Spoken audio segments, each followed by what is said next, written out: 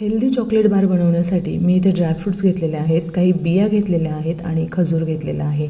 तर हे सर्व कढईमध्ये गरम करून घ्यायचं आहे.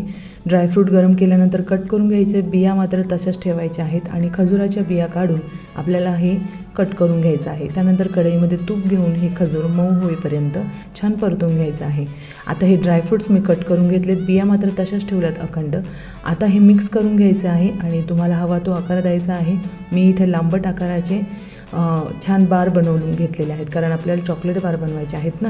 तर याच पद्धतीने बनवून घेतले आणि चॉकलेट घेतलेलं आहे इथे मी, मेल्ट करून घेतलं मायक्रोवेव्हला. त्यानंतर यामध्ये गरम दूध घातलं 3 ते 4 टेबलस्पून आणि टूथपिक लावून घेतलं आपल्या जे बनवलेले बार आहेत त्याला आणि चॉकलेटमध्ये डीप करून घेतले.